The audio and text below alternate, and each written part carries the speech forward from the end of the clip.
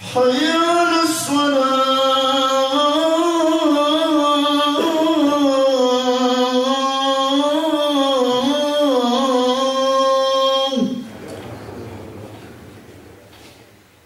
حي على الفلاح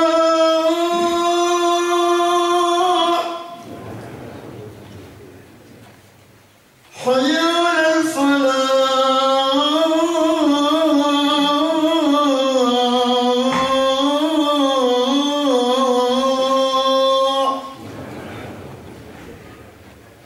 الله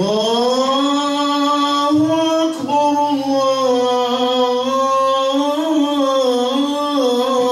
الله أكبر لا إله إلا الله.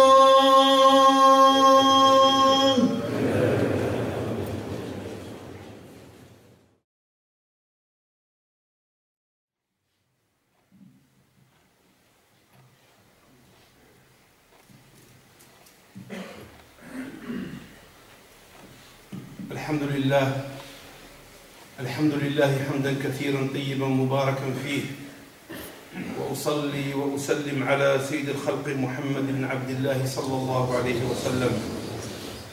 فاللهم صل على سيدنا محمد وعلى آل سيدنا محمد كما صليت على سيدنا إبراهيم وعلى آل سيدنا إبراهيم، وبارك على سيدنا محمد وعلى آل سيدنا محمد كما باركت على سيدنا إبراهيم وعلى آل سيدنا إبراهيم في العالمين إنك حميد مجيد.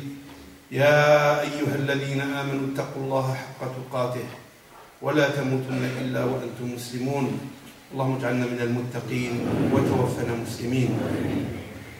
أيها الأحباب، لقد خلق الله الخلق وجعل آيات تدل على عظمته وقدرته.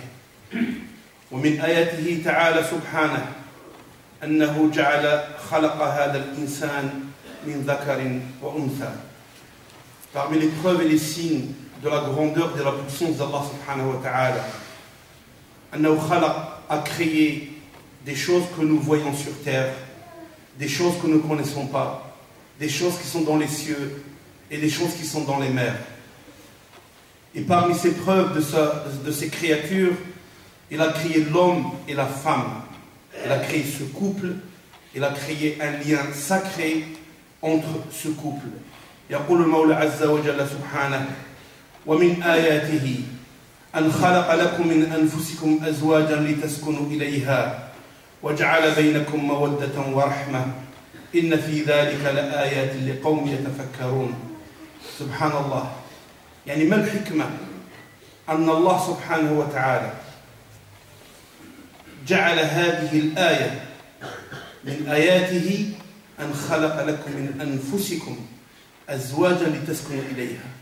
يعني ونحن نرى الرجل والمرأة، فأول شيء كما قال أهل العلم أن العلاقة بين الرجل والمرأة علاقة مقدسة لا تكون إلا في إطار ما أحل الله سبحانه وتعالى، لأنه جعله آية من آياته.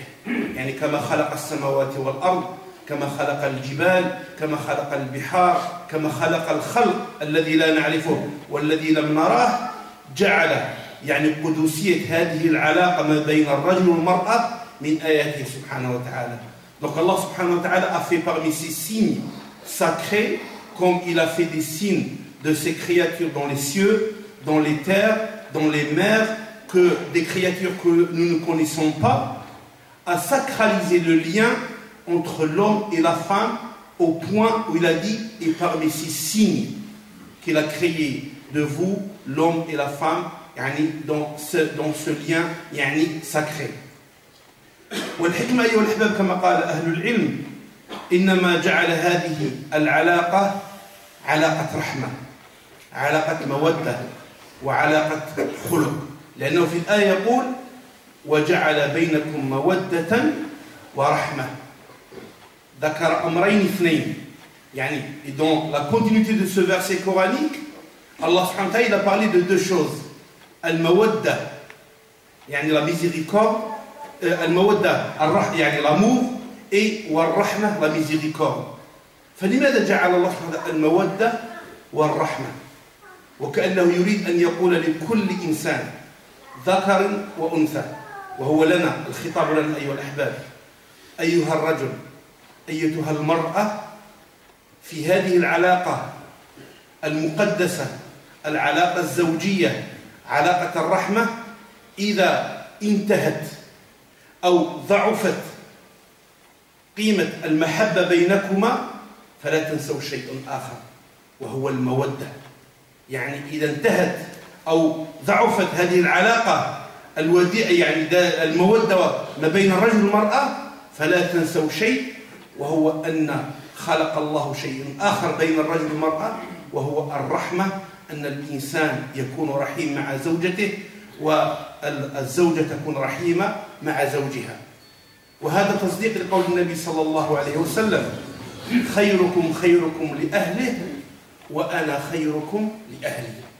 Le meilleur parmi vous est celui le meilleur auprès يعني des siens. وعندما قال أهله، والأهل كلمة تشمل الوالدين، تشمل الزوجة، تشمل الأولاد، تشمل العائلة. يعني النبي عليه الصلاة والسلام dans ce hadith, quand il a dit le meilleur parmi vous est celui le mieux auprès des siens, يعني d'abord les parents, et puis يعني les époux, et puis les enfants et les proches. لماذا أيها الأحباب؟ لأن الرابطة الأساسية، هذه الرابطة المقدسة، الرابطة الزوجية ما بين الرجل والمرأة، إذا انفجرت العائلة. وللأسف يعني نحن نرى اليوم بعض الأحيان وكثير من العائلات المسلمة وكثير من المسلمين الملتزمين، كان رجل أو امرأة، من أجل شيء لا قيمة له، والله من أجل شيء لا قيمة له تنفجر العائلة. بعد 10 سنين، بعد 15 سنة، بعد 20 سنة زواج، قال لك انفصل. لماذا؟ ما اتفقوش، 5 أولاد أو 6 أولاد وقال لك انفصل. ربما الإنسان يقول بطبيعة الحال كما الله سبحانه وتعالى جعل الزواج جعل الطلاق، هذا أكيد، ولكن لا ننسى شيء: إذا كان الطلاق على أسس فكذلك الزواج على أسس. وأتحدى أن الإنسان يقول لي فيه زوج وزوجة انفصل من أجل الدين، انفصل من أجل الدين، كانت لا تقوم صلاة الفجر، أو كان لا يقوم صلاة الفجر، أو كان لا يصوم صيام يعني النوافل وهي كذلك، وقالت له لا، ما نعيشوش مع بعض أبدا. عندما نرى ما هي أسباب الانفصال، أول شيء نرى عدم الاحترام، أول شيء نراه عدم الاحترام. ثاني شيء مسألة فلوس، مسألة فلوس، ومن يقولوا فلوس كل ما يأتي ما بعده مادي. Donc ce lien sacré que Allah subhanahu wa ta'ala a fait entre le couple, qui a commencé par l'amour et puis par la miséricorde, Allah subhanahu wa ta'ala nous interpelle et nous dit que si jamais la cartouche de l'amour s'affaiblit, se baisse, donc il y a une autre cartouche qu'il faut déclencher. Cette cartouche, c'est la miséricorde. Parce que l'insan al-muslim, l'homme et femme, il est de nature miséricorde. Parce que le Nabi sallam, quand il a dit le hadith, le meilleur parmi vous et celui le meilleur auprès des siens, c'est les parents, avec un grand respect et amour pour l'époux et l'épouse, respect et amour pour les enfants et pour les proches. Et comme j'ai dit, malheureusement, dans notre société, surtout au sein de la communauté musulmane, il y a beaucoup de divorces et beaucoup de séparations pour des choses futiles. Et avec mon humble expérience dans ce secteur associatif, je n'ai jamais vu un couple qui s'est séparé ou qui s'est un petit peu... Il y a eu un malentendu sur quelque chose de religion, quelque chose de bien pour le couple. soit un manque de respect entre les deux couples, et en deuxième lieu, un problème d'argent. Et après, ça suit, il y a tout ce qui est problème matériel. Quand je dis matériel, les biens de la maison, la voiture, autre chose. Subhanallah, et on entend par-ci, par-là, qu'un couple après 20 ans, après 15 ans, après 25 ans de mariage, ils se sont séparés à cause de quelque chose de rien du tout. Ils ne se sont même pas séparés pour quelque chose, un bien fondé, si je peux dire. Peut-être on se dit, mais c'est normal, comme Allah il a fait le mariage, il a fait le divorce. Certes, mais le divorce, il a ses conditions, comme le mariage, il a ses conditions. Et si on voit les problèmes que certains couples ou certaines familles vivent actuellement, on n'a jamais vu un problème de séparation à cause de quelque chose, d'une pratique religieuse. C'est toujours à cause d'un manque de respect, ou à cause d'argent, ou à cause d'insultes, ou à cause d'autre chose qui est vraiment hors compréhension et comportement religieux. Et Allah subhanahu wa ta'ala حتى يعلمنا هذه العلاقة حتى يعلمنا هذه الرابطة المقدسة جعلها أمانة في رقابنا جعلها أمانة في رقابنا ودعانا لنتفكر في هذه العلاقة فقال سبحانه وتعالى إن في ذلك لآيات لقوم يتفكرون. Et ça c'est un des signes pour les gens qui réfléchissent. Et c'est vrai, Allah subhanahu wa ta'ala nous interpelle pour réfléchir un petit peu. Et ce n'est pas une bassesse chez l'homme et chez la femme de se poser des vraies questions. Est-ce que ma relation avec mon mari est une relation basée sur l'amour, sur le respect et sur la miséricorde? Et l'inverse pour le mari. Est-ce que ma relation avec mon épouse est basée sur l'amour, sur le respect et sur la miséricorde? Chacun de nous se pose la question. لماذا جمع الله بيننا؟ وهذا حديث صحيح. جاء شاب إلى النبي عليه الصلاة والسلام وقال يا رسول الله ادعو لي أن أتزوج فلانة بنت فلان. Le jeune, il a désigné la fille, il a désigné la famille, il voulait se rapprocher de cette famille. Le prophète عليه الصلاة والسلام الرسول ماذا قال له؟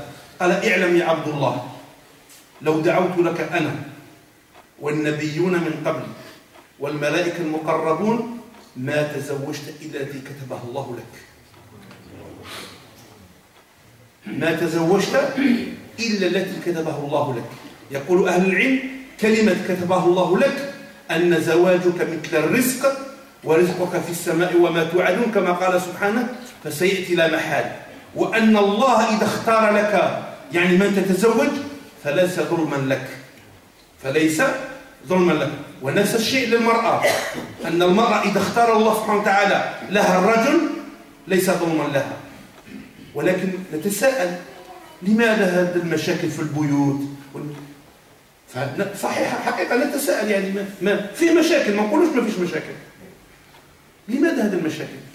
والله كل إنسان كل له عيبه إلا ما ستره الله بما فيهم أنا. لو كل إنسان يجلس جلسة حقيقية مع نفسه ويسأل نفسه ما هو المشكل ما بينه وبين زوجته؟ إذا وجد شيء من الدين يجي عنه. S'il trouve quelque chose, le problème entre lui et sa femme, quelque chose sur la religion, qu'il vient me voir. C'est des choses parce qu'on a des préjugés, parce qu'on ne veut pas comprendre ce qu'il veut dire l'autre, parce qu'on n'a pas ce comportement, le respect d'écouter l'autre. Quand on est à l'extérieur, on tend bien l'oreille pour être à l'écoute de la personne qui nous interpelle, mais quand on est chez soi, avec les enfants, الزوجة avec الزوجة نفس الشيء avec الوالدين ما عندي ما نقول إلى متى؟ وهذا الله سبحانه وتعالى ينادينا من فوق 7 سماوات أن جعل هذه الآية علاقة الرجل بالمرأة من آياته وحاشاه سبحانه أن يجعل آية ظلما للعباد.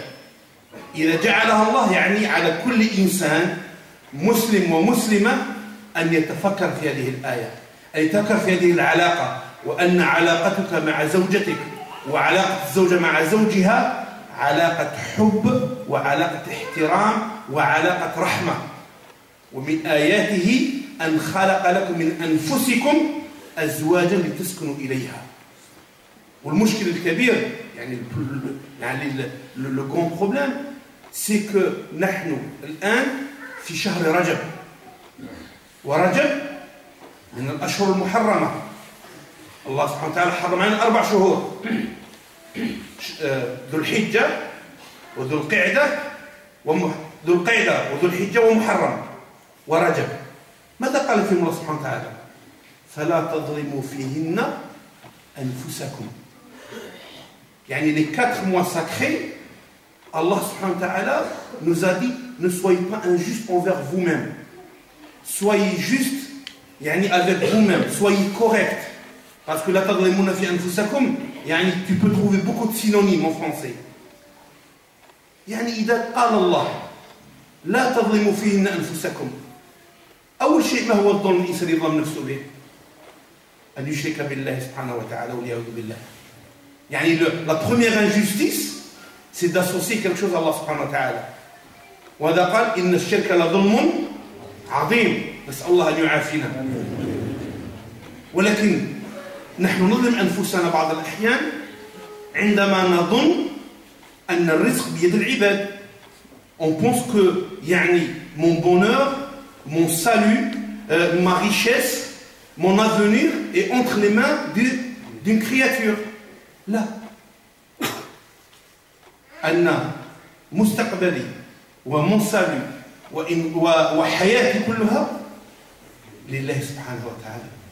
قل إن صلاتي ونسكي ومحياي لله رب العالمين أيها الأحباب. وهذا نعيش به، je vis avec ça quotidiennement, tout le temps et chaque seconde. On oublie des fois. لهذا فيه الصلوات، فيه الأذكار، فيه القرآن، وفيه يعني من العبادات ما شاء الله. فأذكر نعمة الله علي. يعني وبعد يعني أني إذا كنت إنسان لا أظلم نفسي، أن لا أشرك بالله شيئا، أن لا أظلم غيري. Je ne dois pas être injuste يعني envers les autres. Les plus proches, les autres c'est qui? C'est d'abord mes parents. Malheureusement, بعض الأحيان on n'entend qu'un jeune homme qui a commencé à pratiquer, ou une jeune femme qui a commencé à pratiquer, elle a une belle vie, ou il a une belle vie, masha'Allah, eh bien il a délaissé ses parents. Il ne sait pas ses parents s'ils ont besoin de quoi que ce soit. C'est quoi ça? هل هذا حقيقة الإسلام؟ لا أيها الأحباب، لا أيها الأحباب، والله ليس من الإسلام. Il faut avoir un moment de révision pour chacun de nous et chacune de nous par rapport à notre relation avec nos parents et en même temps avec nos épouses. يعني ليست من الرجلة أن الإنسان في بيته يعني كالأسد وفي الخارج كالملائكة. والله ليست من الرجلة، وليست من يعني حتى من الشهامة. يعني que la personne يعني à l'extérieur c'est un ange et quand il est chez lui c'est un tyran. Personne ne l'écoute, toujours les cris. لماذا؟ أين المحبة؟ أين المودة ما بينها يعني في العائلة؟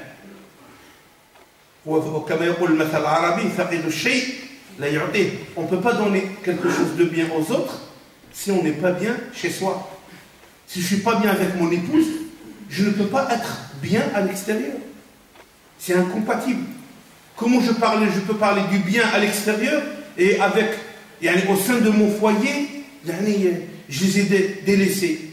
Que ce soit, je pars des jours et des jours au niveau professionnel, ou je pars pour fi sabilillah, ou là je viens à la mosquée. Comment ça se fait ça? Comment ça se fait? Enfin, chacun et chacune de nous doit faire une révision personnelle. نحن في هذا الشهر المبارك الكريم شهر رجب وعلى أبواب شعبان إن شاء الله نسأل الله أن يبلغنا شعبان وأن يدخل على شهر رمضان بالرحمة والبركة. إذا أيها الأحباب فلا تظلموا فيهن أنفسكم يعني كلمة شاملة.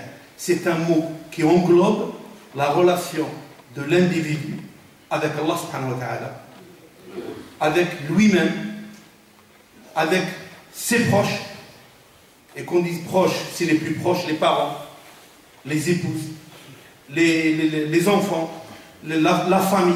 Et après, on peut élargir le cercle aux collègues, aux voisins, et ainsi de suite. لأن أيها الأحباب المسلم كله خير وكله رحمة.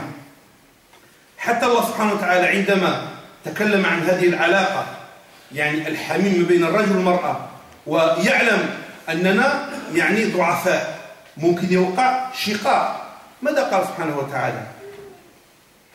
وإن خفتم شقاقا بينهما فابعثوا حكما من أهله وحكما من أهلها إن يريد إصلاحا يوفق الله بينهما. يعني وهذه يعني c'est une règle.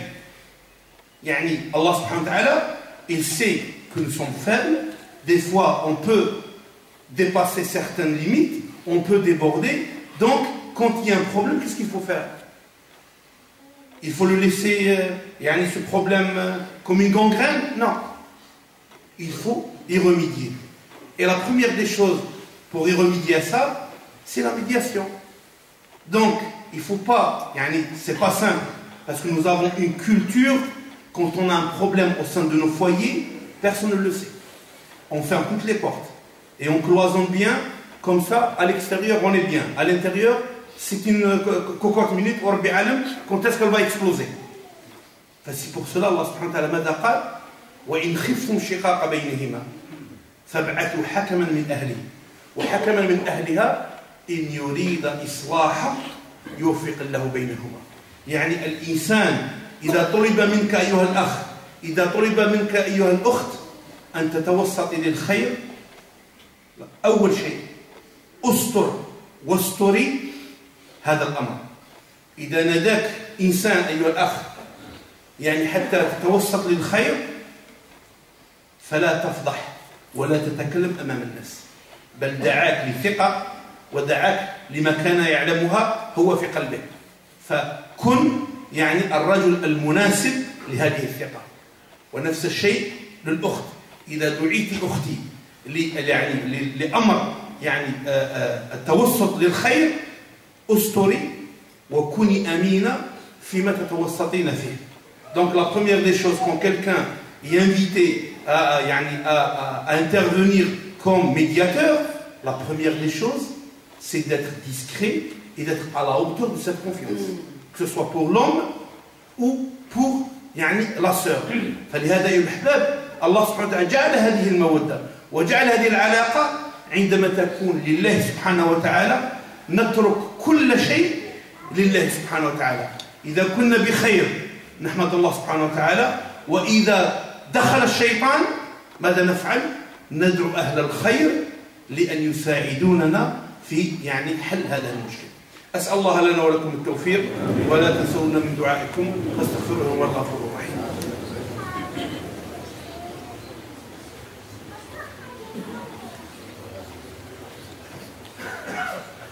الحمد لله حمدا كثيرا طيبا مباركا فيه وأصلي وسلم على سيد الخلق محمد بن عبد الله صلى الله عليه وسلم.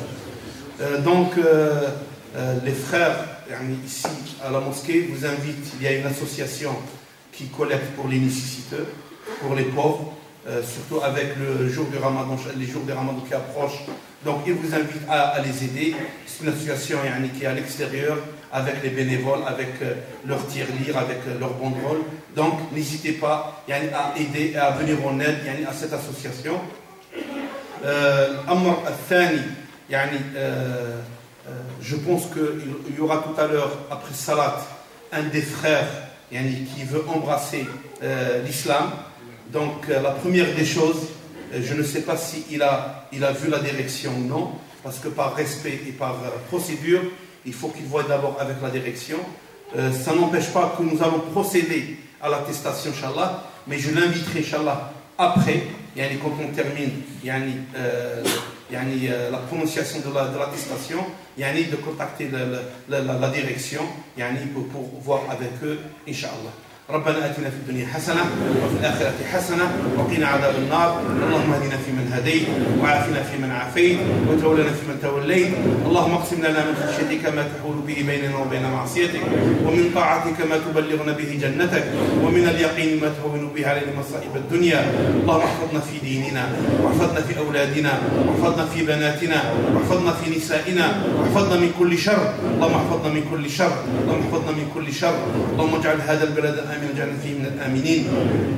اللهم اجعل هذا البلد آمين اجعلنا فيه من الآمنين. اللهم اجعل هذا البلد آمين اجعلنا فيه من الآمنين. ربنا آتنا في الدنيا حسنة وفي الآخرة حسنة وقنا عذاب النار. وصل اللهم على سيدنا محمد عبدك ونبيك ورسولك النبي الأمي وعلى آله وصحبه وسلم تسليما عدد ما أحاط به علمك وخط به قلمك وأحصاه كتابك. وارض اللهم عن سادتنا أبي بكر وعمر وعثمان وعلي وعن الصحابة أجمعين وعن التابعين وعنا معهم إلى يوم الدين. سبحان ربك رب العزة عما يصفون والسلام على المرسلين والحمد لله رب العالمين. وقوموا إلى صلاتكم الحمد لله.